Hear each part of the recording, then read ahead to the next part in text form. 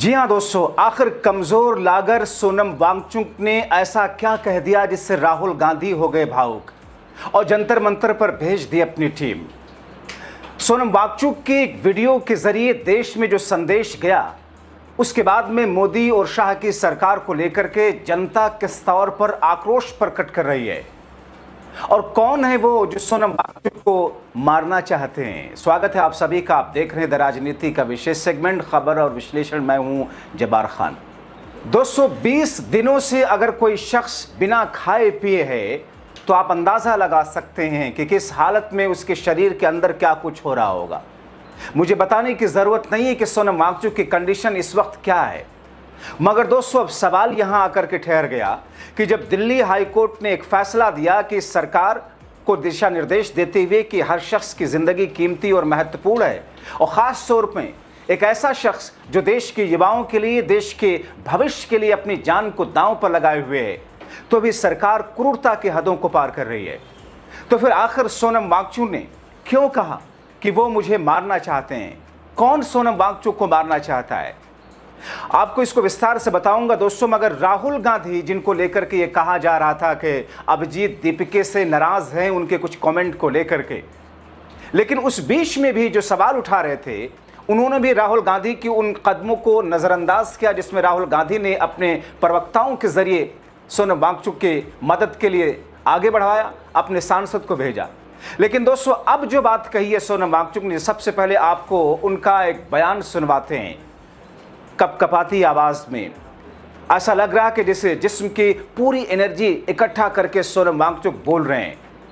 वो ये कहना चाहते हैं कि अगर ये स्थितियां मुझे मारना चाहती हैं, लेकिन मैं मरूंगा नहीं। इस हालत में सोनम वांगचुक ने जो कहा वो यकीनी तौर पर रुलाने वाला। वो कहते हैं कि किसी भी हालत में 20 जुलाई तक मैं जिंदा रहूंगा ताकि मैं आप सबके संसद तक मार्च कर सकूं। 20 जुलाई को हमारा मार्च सफल नहीं रहा तो फिर मैं भूत बन करके वापस आऊंगा। सोनम वांगचुक ने अपनी जिंदगी के इतने कठिन समय पर अपना सेंस ऑफ ह्यूमर भी खोया नहीं। दोस्तों सुनिए, सबसे पहले मैं बाहर से कमजोर हूं मगर अंदर से बहुत मजबूत हूं और मुझे उम्मीद है आप लोग अंदर बाहर दोनों से बहुत मजबूत हैं। तो ये मजबूती हमें चाहिए 20 जुलाई को,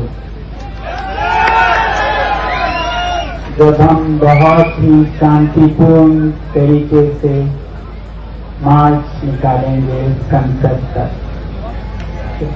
और हम सब एक साथ चलेंगे और देश के लोकतंत्र के मंदिर में अपने फरियाद सुनाएंगे, अपनी प्रार्थना सुनाएंगे। आप सब चलेंगे हमारे साथ? वादा? तो फिर मैं किसी भी तरह 20 जुलाई तक जिंदा रहूंगा और नहीं आए और 20 जुलाई सफल नहीं रहा तो मैं भूत बन के आऊंगा। धन्यवाद, धन्यवाद, धन्यवाद। जाहिर तौर पर दोस्तों ये बात सोनम वांगचुक की और ये उनका बयान जो कि जनता के बीच में इस वक्त चर्चा का विषय बना है। जाहिर तौर पर कांग्रेस पार्टी, राहुल गांधी, जिनको लेकर के ये बातें अलग अलग तरीके से सोशल मीडिया पर फैलाए जाने की कोशिश की जा रही थी। एक तरफ राहुल गांधी जो कि उत्तराखंड में पहुंच करके गोज कार्यक्रम के माध्यम से उत्तराखंड की जनता, वहां के युवाओं और छात्रों के साथ में संवाद कायम करना चाहते थे, जिन्हें उत्तराखंड की सरकार इजाजत तक नहीं दे रही है। वो भी आपको दिखाएंगे कि उस पर आगे का अपडेट क्या हुआ। मगर दोस्तों राहुल गांधी ने बाकायदा अपने खास पवन खेड़ा को जंतर मंतर पर भेज करके सोनम वांगचुक की तबीयत, उनकी स्थिति को समझने के लिए और उनके साथ में खड़े होने के लिए एक तरीके से नया ऐलान किया। हालांकि वो पहले भी सोनम वांगचुक के लिए अपने सांसद को भेज चुके हैं, अपने प्रवक्ताओं से, अपने नेताओं से सोनम वांगचुक के सपोर्ट में बातें कहलवा चुके हैं। लेकिन दोस्तों इन तमाम चीज़ों के बीच में अब सोनम वांगचुक की तबीयत, जो कि करीब करीब 10 किलो के आसपास उनका वजन घट चुका है। दोस्तों 20 दिनों में अगर 10 किलो के आसपास वजन घटने लग जाए तो फिर आप समझ सकते हैं ये कुछ ऐसी स्थिति है जिस स्थिति को फौरन रोकना ज़रूरी है। क्योंकि दोस्तों बॉडी जिस तरीके से रिएक्ट कर रही है, अब तो स्थिति ऐसी है कि मसल्स को तोड़ करके बॉडी एनर्जी निकाल रही है ताकि उनको जिंदा रखा जा सके। और शायद यही वजह है कि सोनम वांगचुक ने यह कह दिया कि मुझे वो मार नहीं पाएंगे, यानी कि जो स्थितियां तैयार हुई हैं उन स्थितियों से मैं मरने वाला नहीं हूं। कम से कम 20 तारीख तक तो मैं अपने आप को सहेज करके रख रहा हूं, भले ही मैं कितना लागर कमजोर क्यों ना हो जाऊं। इन तमाम चीजों के बीच में दोस्तों सरकार की कैसे पोल खोल रहे हैं देश के महान सेफोलॉजिस्ट, आप सुनिए। पिछले 48 घंटे में बाजी पलट गई है।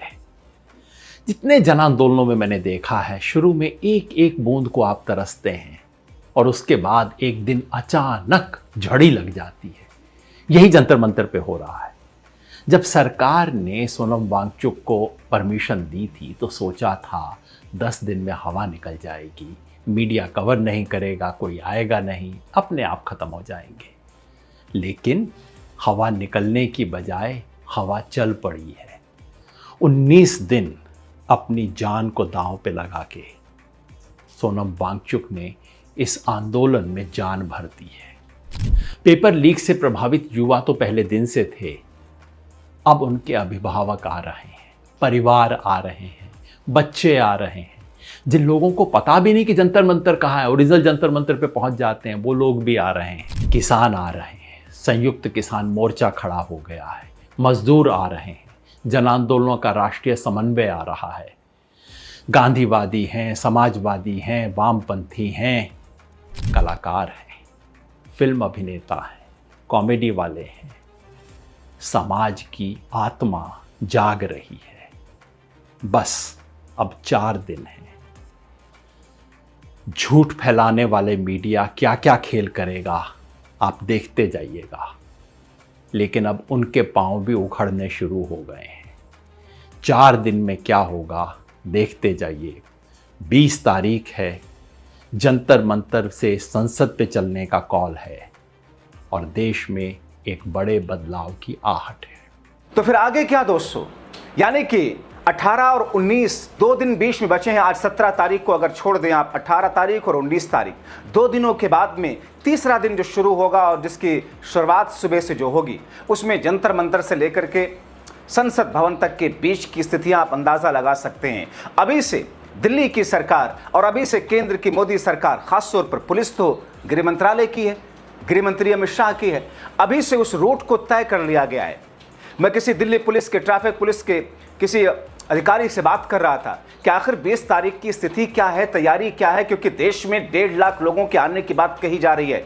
उनका कहना यह है कि संसद भवन तक पहुंचने तो किसी कीमत पर नहीं दिया जाएगा। हालांकि आधिकारिक तौर पर अभी ऐलान नहीं किया गया।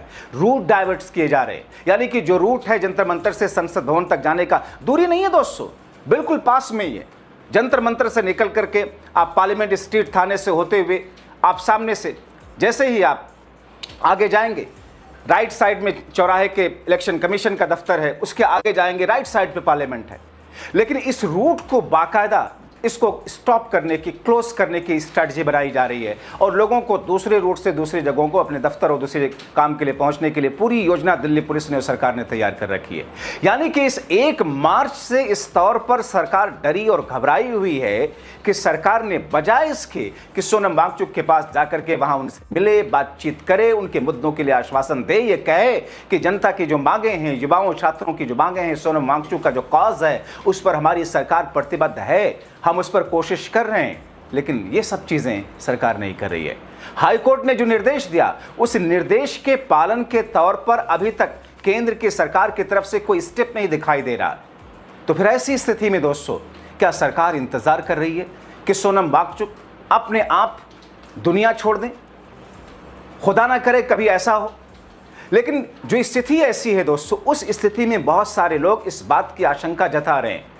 हमने पहले भी एक ऐसे ही बड़े साइंटिस्ट, पर्यावरण के एक बड़े विद्वान को खोया है और ये सरकार खामोश तमाशाई बनी रही, लेकिन वो अब जनता होने नहीं देना चाहती है। जनता का कहना ये है, लोगों का कहना है, लगातार आप देख रहे हैं राजनीति पर, जंतर मंतर पर वहाँ की पल पल की अपडेट, वहाँ के सारे फ्लेवर्स, सोनम वांगचुक से लेकर अभिजीत दीपके से लेकर वहाँ आने वाले लोग क्या कह रहे हैं, उन तमाम चीज़ों को राजनीति पर हमारी टीम के जरिए से आप अवगत हो रहे हैं।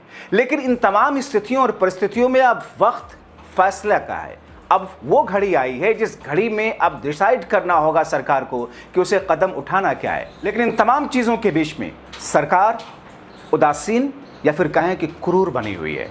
ऐसे में इन स्थितियों को लेकर के आप क्या सोचते हैं? इस सरकार के लिए आप क्या कहेंगे? अपनी राय कमेंट बॉक्स में ज़रूर लिखें।